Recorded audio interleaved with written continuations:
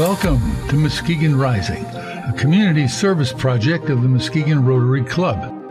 Our purpose is to create lasting positive change. We've been doing that here since 1916. So, let's get started.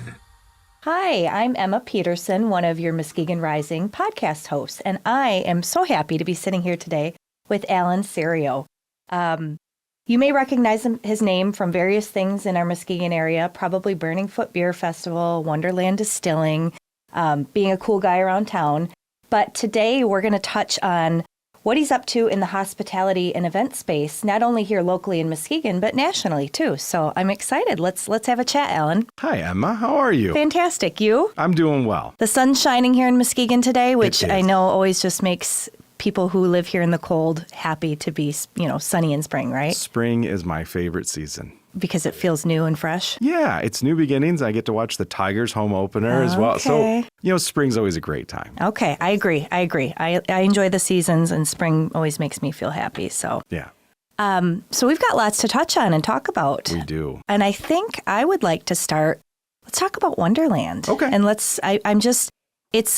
every time I go there, I have a great experience. And I have to be honest when I tell you that I have not heard anecdotally anybody say, oh man, I went to Wonderland and it just wasn't good, or I had terrible service. I haven't heard that. And that's saying something. And I just want to know, how did it all get started? How did you decide to start a distillery?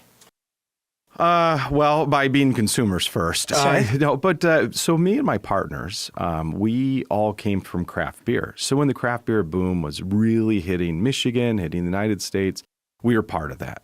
And we always knew there was kind of a natural evolution to making great beer. And then we were always interested by that next chapter. Mm-hmm. And that was spirits. So in 2017, that idea, that thought really started to take hold. And in 2018, we created Wonderland. We funded the project. We found properties, and then we started to develop those properties. And the plan was to open in 2019, early 2020, and then COVID hit. And we ended up opening late 2020. But interesting enough, in that build-out, our first product we ever sold as a company was hand sanitizer.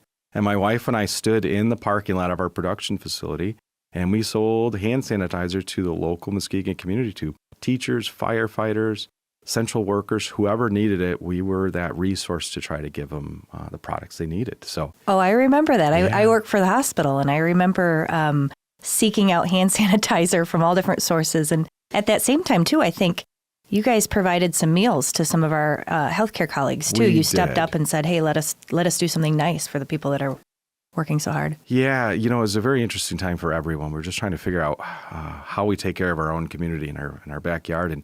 And that was just one of the many ways we thought we could help out. Everyone at the hospital was working so hard to protect us that if we can buy them lunch, that's the least we could do. And I'm sure it wasn't the plan. I know it wasn't the plan, but it was certainly a way to get your name out there, I think, with the hand sanitizer and kind of the doing good deeds at the very start of it, right? Yeah, it was. I mean, we're always drawn to the sense of community responsibility. And you've seen that with partnerships, even Wonderland's had with Rotary. Like, we love to support our backyard. We're so grateful that everyone chooses to walk through our door and support our company that we love to give portions of that back. Yeah, well. And I owe you a thank you for that, because one of our Pours for Community events is coming up at your place on May 2nd. It is. And you guys have been with us since the start, and we're really appreciative. It's a way to bring our Rotary members together, also those from the community if they want to stop by and join. And Wonderland gives a portion of proceeds back to our Rotary Foundation, which is awesome, and we're really grateful. Thank you. Glad to do it. Yeah.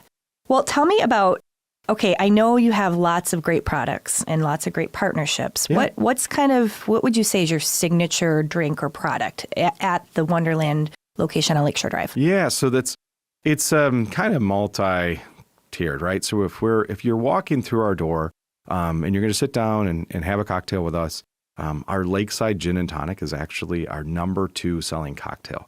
So it's a gin-based cocktail. We make house-made tonic, which we're actually now developing and canning and actually sending that out into the market so people can buy that. And then our old-fashioned. Those are our number 1 and number 2 cocktails that we sell in the bar. But then retail-wise, we sell a number of products. We have partnerships with groups like Folds of Honor. We make a whiskey for them, and we sell that all throughout the state. And that's actually our number 2 product in the market as we push through. But seasonally, we introduce products much like a brewery would. Like right now, Oberon season's kind of coming out for Bell's.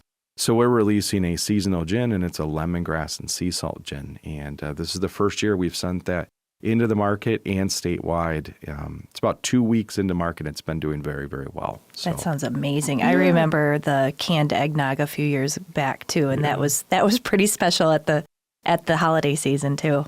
You know, the fun part for our staff is I try not to get in their way, but I want them to be creative and I want to push their boundaries. So we always want to be innovating new products. We always want to be thinking outside the box and what can we do either by technique, process, or flavor, and introduce that to the community. Some do really, really well. Some are a little outside people's comfort zone, but it at least gives us a chance to be creative. And for our staff, that means a lot, where they can come into a work environment, have an idea, be supported in that idea, and then watch that actually make it onto a menu as well. Right, and watch people enjoy their creation. Yes, yeah. Our team is totally integrated in our success. You know, we can't do it without them, and we want them to know that they have a voice and that's supported in that voice. Absolutely. So, yeah. So what's next for Wonderland?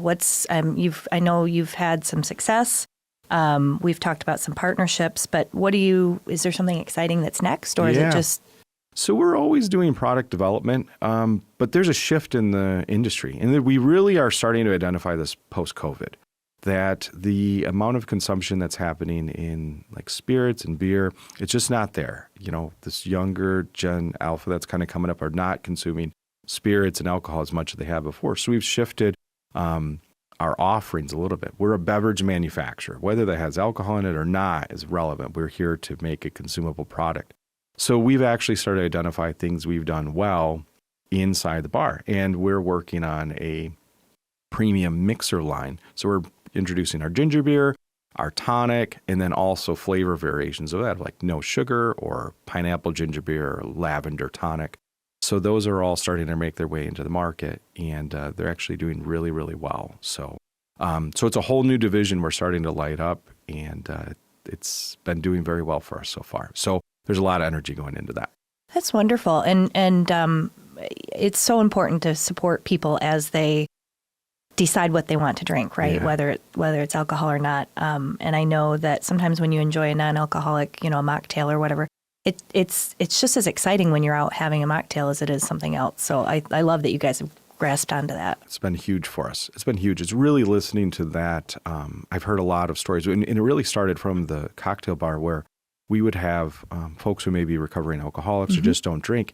And I never really heard their stories of the peer pressure that follows that. I don't want to be the person that's just drinking water or canned soda, because other friends may say, why aren't you having a drink? And they don't want to have to explain themselves in that. So this mocktail allows them to be part of the group, don't have any alcohol in it, and still feel, included in that. So we've really worked on that to identify it, have a whole section for it, and then we're bringing that to market. So that's wonderful. Yeah. And for those listeners that maybe aren't familiar with Wonderland or haven't been there before, can you share the address in case they want to pop in? Yeah, 1989 Lakeshore Drive. So we're right in Muskegon. In Muskegon, yes. So we're right across the street from Great Lakes Marina. If you're taking the ferry across, it docks across the street as well. And we're in the heart of Lakeside's business district, which just has an amazing feel and vibe to it. So yeah, and you can really spend a great day in Lakeside hitting up all the local businesses, jewelry shops, small businesses, bars and restaurants. So great.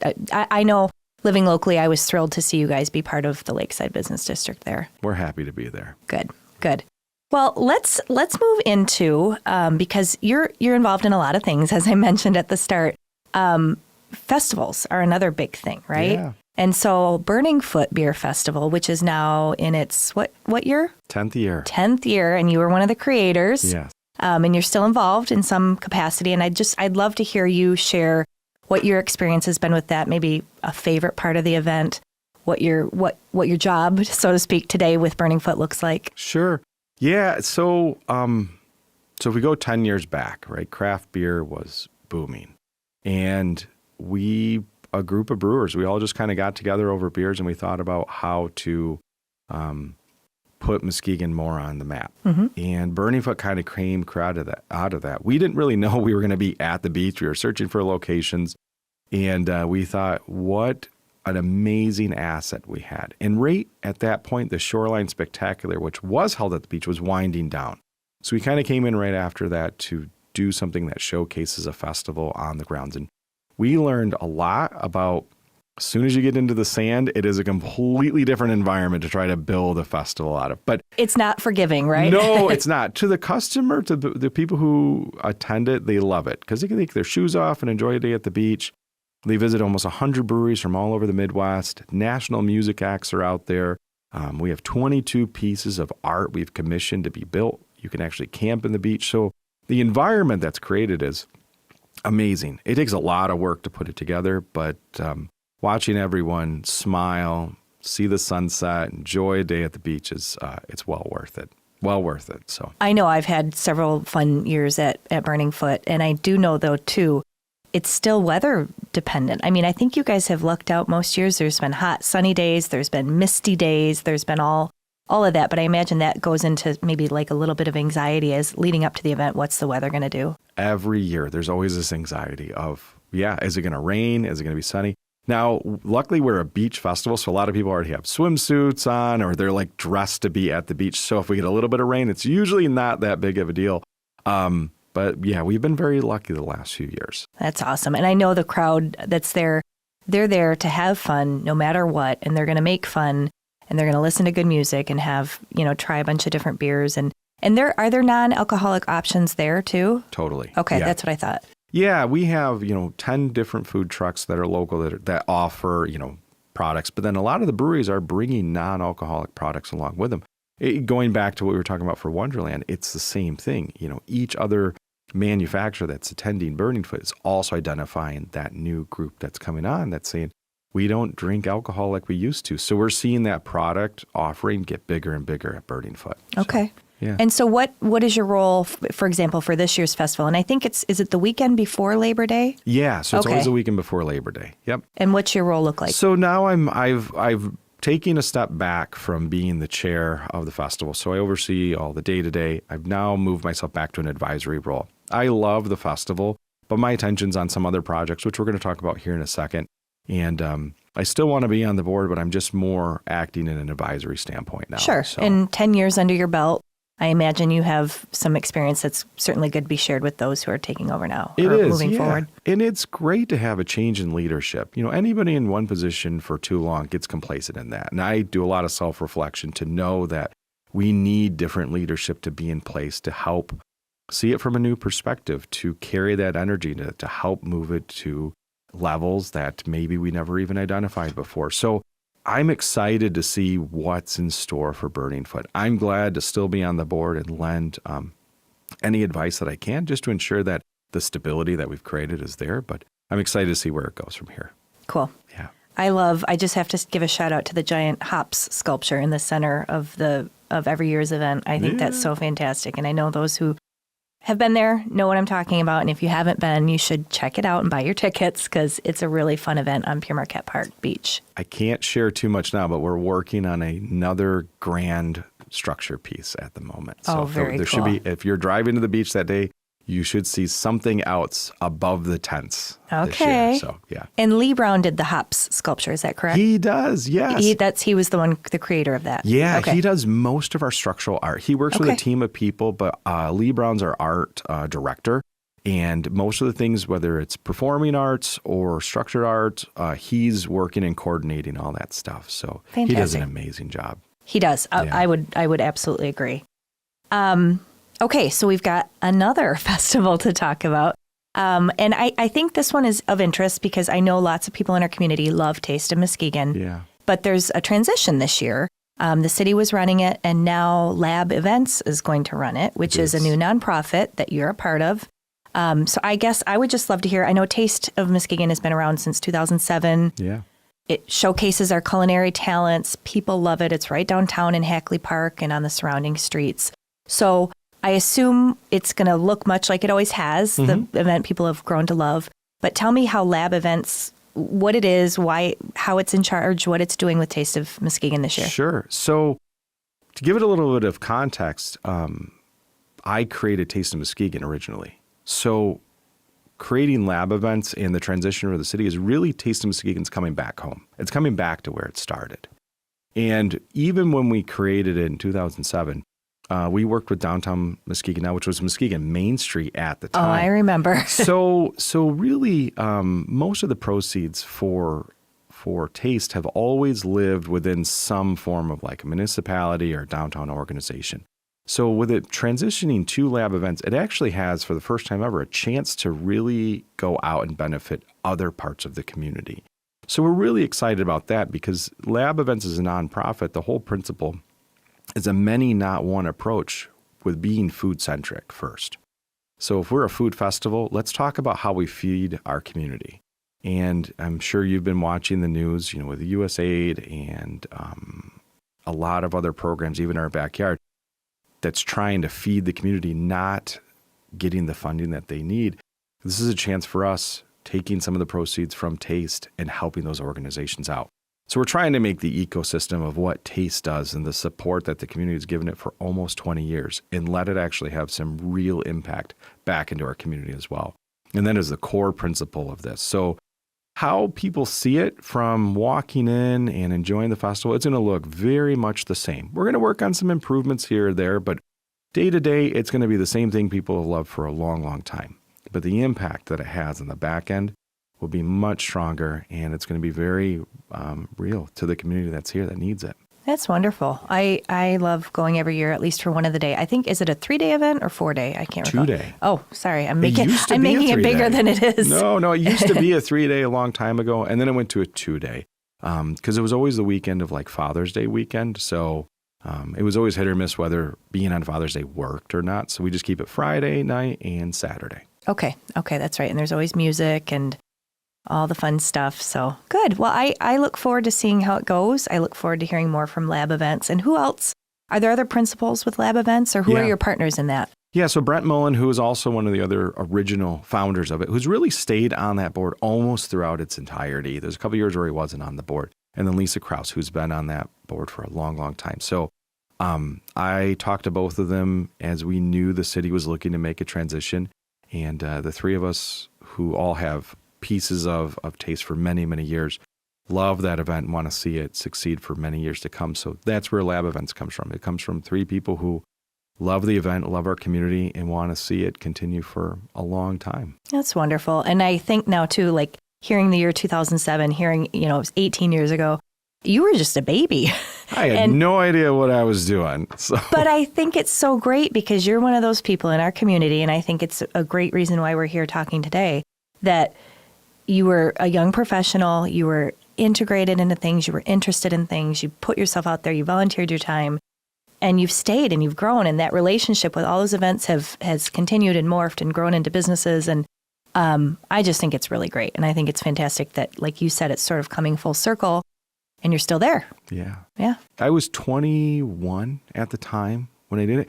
And, to look back on it now, it's like, I'm not sure how or why it actually became what it was. And I learned a lot. We made a lot of mistakes. Yes. But there was just this desire. There was this, I don't want to say a calling, but like I knew that I could do it. And I knew that it could make impact. And Forever and Burning Foot and Wonderland, they all kind of carry the same message of bringing our community together. Seeing everyone enjoy it over a meal or drink has always been something that personally has brought me a ton of joy. And I love that I have a platform and a way to do that gives that to the community. It's kind of like Sunday dinner, right? Where everyone's together and we're laughing and we're enjoying this together, and that's community. And Burning Foot is community, and Taste is community, and Wonderland is community. And I wake up every day with a smile on my face that I can deliver something like that. So It's great. Yep. And not just our community, but certainly as a tourism asset too, bringing folks in who aren't from here that get to experience our beach and our park and our restaurants and all the good things we have to offer in Muskegon. We got so many great things to offer. I know. And it's just getting better and better. I mean, when you think back to 2007 when Taste started, what our downtown looked like, what we were doing as a community to rebuild, and where we are today, we've come really far together. We chose to be on Western Avenue at that time for a reason, because the mall was still up. It was closed, but it hadn't been torn down, and no one was going downtown. And we thought, let's put something on Western and let's bring all the restaurants we've got in one collective space. And it was a success from day one. But I still remember looking down Western, and the mall was there one year, and the next year it wasn't. But to see how it's been rebuilt, and we've been there all throughout that, it's great. It's really, really great to see. So I agree. Okay, so this is a lot already, right? Yeah. People are thinking, boy, he's a busy guy. But you have a real job, a day job also. And I just want to touch on it because I think it's really interesting. And it's with U.S. Data Consulting. And I know on Facebook all the time I see you flying like every week. I'm here, I'm there, I'm here, I'm there. And that's primarily for your job with U.S. Data Consulting, right? Because I think airports are your clients, right? Mainly, yeah, big projects. So I own U.S. Data. That's my consulting firm. So as I was doing Taste and Burning Foot and all these connections to these restaurants or breweries, I was in the vendor and F&B supply channel for many, many years. So when we created Wonderland, I kind of exited from the firm I was at, but I still loved doing that sort of work. So I created U.S. Data as kind of a independent consulting firm, not knowing where it would lead, but knowing enough people to kind of do introductions. So 8 years later, it's evolved into this project you see now. So primarily my customers are national accounts, airports, mega projects. So like Italy in Chicago, I don't know if anybody goes down there. It's a 60,000 square foot, multi-story restaurants, an Italian market. They're one of my clients, but then primarily airports, as they're tearing down and rebuilding new terminals. I specialize in new construction, finding independent restaurants that are in the community and bringing them into the airport. So when you fly into an airport, you don't see Burger King and Dunkin' Donuts everywhere. You actually see what the local community has to offer. And there's a real big shift to that. So if you're just flying into a city and you may never leave the airport and you just fly back out because that's your connecting flight, now you can actually see like, wow, there's a great brewery or a great restaurant. So if we're ever back, we want to seek that place out. That's fantastic. Yeah, because you do get tired of the same old thing in airports. And it's very rare that you get to pop out of an airport when you have a layover. You are kind of in that spot. That's cool. Yeah. And I know you mentioned Salt Lake City Airport, right, is a project right now. And why is that so important? Yeah, so I've been working on the Salt Lake City Airport. So a lot of airports are choosing to just tear down their old airport and rebuild. So Salt Lake City, we're on phase 4 of 6. And we still have many years to go. But what we're doing is we're trying to get the airport ready for the Olympics that are going to be held there. So we're working with contractors, we're working with teams, we're working with new restaurants that are coming on. We're trying to get all this work done before the Olympics are there in a few years. So it's been kind of fun to see that because there's already some little pieces of that. They have some pictures and statues and other stuff up to represent the Olympics that'll be there. I think it's 2032 and 2036. Okay, which sounds like such a long ways off, but it's really not when it comes to preparing the infrastructure of a community and the airport to receive all those people, right? It takes a long time. There's a lot of levels to put all that stuff together. So okay, cool. Well, is there anything else you want to share about U.S. Data or any of the festivals that maybe we forgot to touch on or that people are dying to know?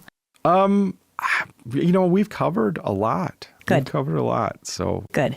I guess that it was funny right before we were doing this interview, we were talking out front and said, all of these things kind of have a similar story between them, which is, what brings people together, community, food, drink, laughter, and all of those projects, all the things that we're doing and new things that are coming on board, they all carry those core principles, So I guess if there's a young Rotarian or anybody that's watching that's thinking about how can I have impact, just take whatever you're passionate about and find a way to let it live, eat, breathe in the community. Because Muskegon, and one of the reasons I've loved always being here, is our community is so welcoming to that.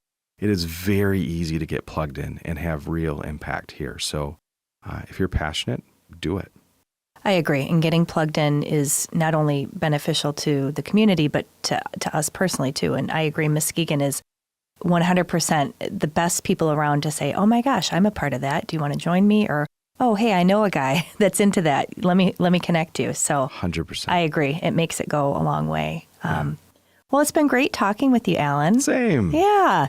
And I hope to see lots of you at one of the festivals this summer, and maybe you'll run into Alan. So as we say goodbye to Alan, I just want to thank him so much for visiting with us. And on behalf of Muskegon Rising and the Muskegon Rotary Club, I'm Emma Peterson, and thanks so much for listening.